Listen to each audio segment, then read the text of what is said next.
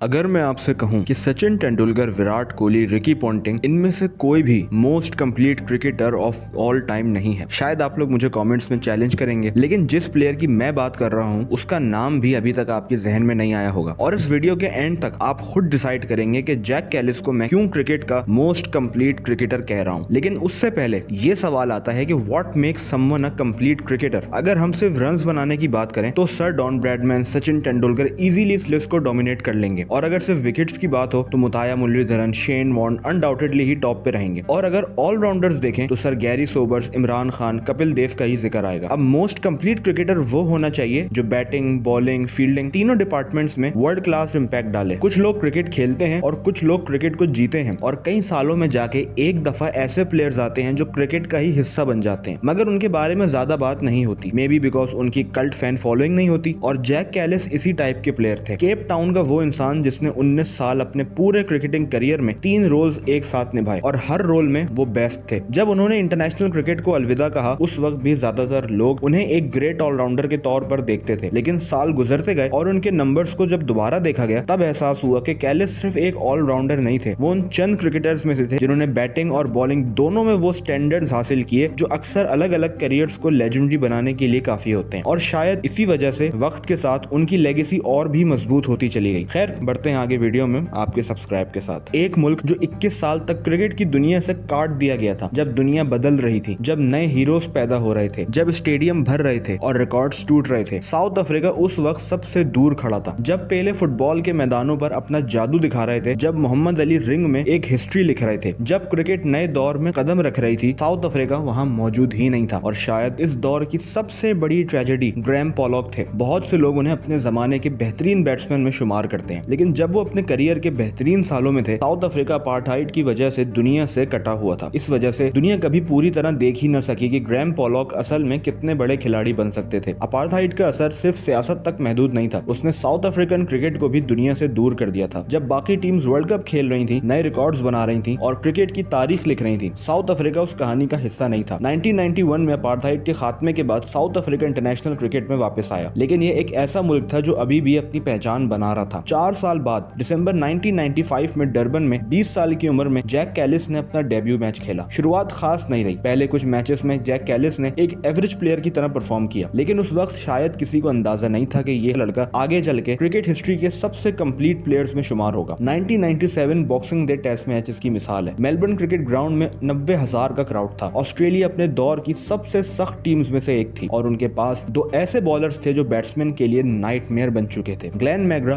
और Shane Warne. Match के आखिरी दिन साउथ अफ्रीका की पोजीशन बहुत टफ थी। ऑस्ट्रेलिया ने उनके सामने 381 रन्स का टारगेट रखा था। जीत का सवाल लगभग खत्म हो चुका था। अब साउथ अफ्रीका के पास सिर्फ एक रास्ता था कि पूरा दिन बैटिंग की जाए और मैच को बचाया जाए, क्योंकि अगर साउथ अफ्रीका जीतने के लिए तेजी से रन्स बनाती तो उनकी विकेट्स जल्दी गिर सकती थी। इसलिए आखिरी दिन उनका मकसद रन्स बनाना नहीं बल्कि सिर्फ आउट होने से बचना था। मैच खत्म होने तक साउथ अफ्रीका के 7 विकेट्स गिर चुकी थी और उन्हें जीत के लिए अभी भी 108 रन्स चाहिए थे, यानी उनके पास सिर्फ 3 विकेट्स बची थी। अगर जैक कैलिस या उनका कोई और प्लेयर आउट हो जाता तो बाद में आने वाले बॉलर्स जल्दी आउट हो जाते, मैच ऑस्ट्रेलिया जीत जाता। इसी वजह से हर बॉल को रोक रोक कर मैच ड्रॉ करना ही उनके पास एक आखिरी और सेफ ऑप्शन था। लेकिन मसला ये था कि सामने ऑस्ट्रेलियन अटैक था। ग्लेन मैग्रा अपनी लाइन और लेंथ से लगातार प्रेशर बना रहे थे और शेन वॉर्न जैसे जैसे पिच पुरानी हो रही थी वो उतने ही ज्यादा खतरनाक हो रहे थे। एमसीजी पर 5वें दिन के पूरे सेशन सर्वाइव करना वैसे ही मुश्किल होता है, ऑस्ट्रेलिया के खिलाफ मेलबर्न में ये और भी मुश्किल था। जैक कैलिस उस वक्त सिर्फ 22 साल के थे और ये उनके करियर का सिर्फ 7वां टेस्ट मैच था, लेकिन मेलबर्न क्रिकेट ग्राउंड की मुश्किल पिच पर उन्होंने जिस तरह बैटिंग की उसने पूरी दुनिया को उनके टैलेंट का लोहा मानने पर मजबूर कर दिया। वो लगभग 6 घंटे तक क्रीज पर डटे रहे और उन्होंने 279 बॉल्स का सामना किया। इस एग्जॉस्टिंग इनिंग्स में उन्होंने बहुत पेशेंस दिखाया और 6 बाउंड्रीज लगाई। उनका मकसद रन्स बनाना नहीं बल्कि विकेट बचाना था और उन्होंने 101 रन्स बनाकर साउथ अफ्रीका को एक यकीनी हार से बचा लिया। जब उनकी इनिंग्स खत्म हुई तो उनकी तरफ से ना कोई बड़ी सेलिब्रेशन देखने को मिली और ना ही कोई इमोशनल रिएक्शन। कैलिस ने बस अपना काम किया, जो टीम को जरूरत थी उसको डिलीवर किया। लेकिन उस दिन उनकी बैटिंग ने एक बात साफ कर दी कि साउथ अफ्रीका को एक ऐसा बैट्समैन मिल गया है जो बड़े से बड़े प्रेशर में भी घबराता नहीं है। 25,534 रन्स, 577 विकेट्स और 338 कैचेस। अगर मैं सिर्फ ये नंबर्स बोलकर रुक जाऊं ना तो शायद ये किसी पूरी टीम के लगते हैं, लेकिन नहीं, ये सब नंबर्स अकेले जैक कैलिस के हैं। और शायद इसीलिए जैक कैलिस को समझना इतना मुश्किल है, क्योंकि क्रिकेट की तारीख में हमने ऐसा प्लेयर दोबारा कभी देखा देखा ही नहीं। वो दुनिया के अकेले क्रिकेटर हैं जिन्होंने टेस्ट और ओडीआई दोनों फॉर्मेट में 10,000 से ज्यादा रन और 200 से ज्यादा विकेट्स का डबल मुकम्मल किया है। और सबसे हैरत की बात यह है कि वो कोई नंबर 6 या 7 पर बैटिंग करने वाले ऑलराउंडर नहीं थे। वो साउथ अफ्रीका के टॉप ऑर्डर की बैकबोन थे जो अक्सर नंबर 3 या 4 पर बैटिंग किया करते थे। वो स्पेशलिस्ट बैट्समैन की तरह इनिंग्स भी संभालते, फिर जरूरत पड़ने पर टीम के लिए विकेट्स भी लेते। 2003 और 4 के दरमियान उन्होंने लगातार 5 टेस्ट मैचेस में 5 सेंचुरीज बनाकर एक और लेजेंडरी रिकॉर्ड अपने नाम किया। उनसे पहले टेस्ट क्रिकेट की तारीख में सर डॉन ब्रैडमैन ही एक प्लेयर थे जिन्होंने लगातार 6 टेस्ट मैचेस में 6 सेंचुरी स्कोर की थी। But he's done something right. He's one of the best, or not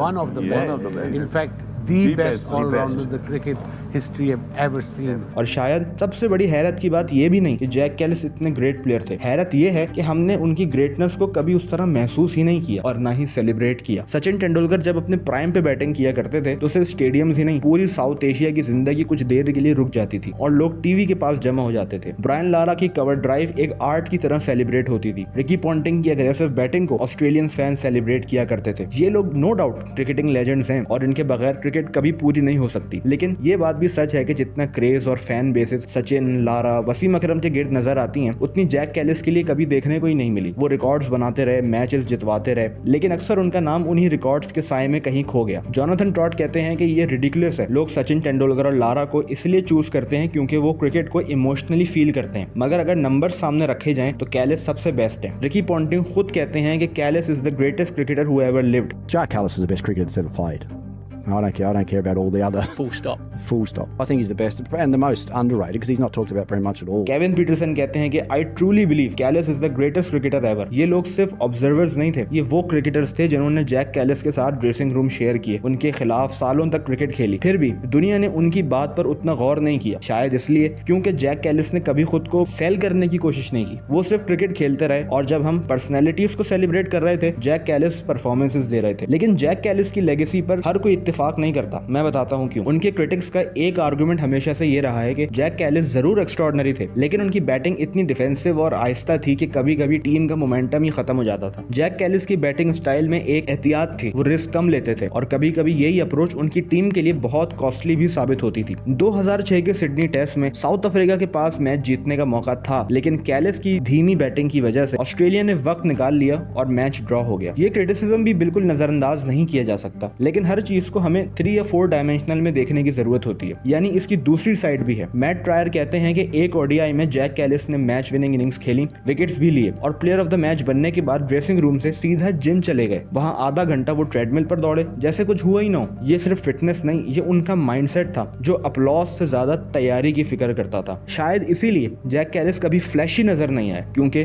उनके लिए क्रिकेट परफॉर्मेंस का नाम था, पर्सनैलिटी का नहीं। और इसी डिसिप्लिन का नतीजा ये था कि उन्होंने अपने करियर में 23 player of the match awards जीते। लोग उन्हें बोरिंग कहते रहे। बोरिंग आदमी 19 साल तक वर्ल्ड क्रिकेट पर अपनी साइलेंट डोमिनेंस शो नहीं करता और ना ही कंसिस्टेंट रहता है। और अब वो सवाल जो शायद हर क्रिकेट फैन के जहन में आ चुका होगा कि सर गारफील्ड सोबर्स का क्या फिर, जिन्होंने 93 टेस्ट मैचेस में 8032 रन्स बनाए, 57.78 की एवरेज और 235 विकेट्स, और सिर्फ एक बॉलर नहीं, medium fast, left arm Orthodox और रिस्ट स्पिन तीनों कर सकते थे। फिर वो दिन आया जब उन्होंने मैल्कम नैश के एक ओवर में 6 छक्के मार दिए, एक ओवर में 6 छक्के। और शायद यही वो चीज है जो सोबर्स को लेजेंड बनाती है। उनके करियर में ऐसे मोमेंट्स क्रिएट हुए जो क्रिकेट की कलेक्टिव मेमोरी का हिस्सा बन गए। लेकिन जैक कैलिस की ग्रेटनेस थोड़ी मुख्तलिफ है। कैलिस ने शायद कम आइकॉनिक मोमेंट्स दिए, लेकिन 2 डेकेड्स तक अपनी बैटिंग, बॉलिंग और फील्डिंग तीनों डिपार्टमेंट्स में वर्ल्ड क्लास कंसिस्टेंसी दिखाई है। आप यूं कह सकते हैं कि सर गैरी सोबर्स ने क्रिकेट को मैजिक दिया और जैक कैलिस ने क्रिकेट को सर्टेनिटी दी। अब फैसला आपका है, क्या ग्रेटनेस सिर्फ वो है जो आपको हैरान कर दे, या वो भी है जो हर मैच में खामोशी से अपनी टीम के लिए डिलीवर करता रहे? अपना जवाब कमेंट्स में लिखें। वीडियो में आगे बढ़ते हैं। सारे बड़े प्लेयर्स का कोई ना कोई एक डिफाइनिंग मोमेंट रहा होता है, जैसे इयन बॉथम का 1981 एशेज, एक ऐसी सीरीज जिसने उन्हें एक लेजेंड बना दिया। इमरान खान की ट्रांसफॉर्मेशन थी एक कैप्टन के तौर पे जिसने पाकिस्तान को वर्ल्ड कप जितवाया और खुद को दुनिया के ग्रेटेस्ट ऑलराउंडर में शामिल कर दिया। कपिल देव का 175 नॉट आउट और इंडिया को अपना पहला वर्ल्ड कप भी जितवाया। इन तीनों की ग्रेटनेस को कुछ ऐसे लम्हों ने डिफाइन किया जो आज भी क्रिकेट की